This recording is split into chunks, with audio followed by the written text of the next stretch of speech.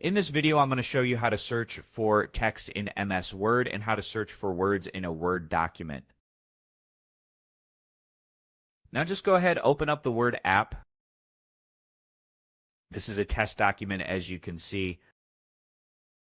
And now I'm going to show you how to find a word. It's a very easy process. Now the shortcut to find a word is Control F. Now when you hit Control F, this navigation tab will open up for you in the left, as you can see. And you can search for whatever word that's available in this document. For example, I am going to search for installed. Now just go ahead, type in installed. As you can see, and now it says that there is one result. If this document has the word installed so many times mentioned in it, it will say how many results are there. Now let's say, for example, to choose another word, which is file,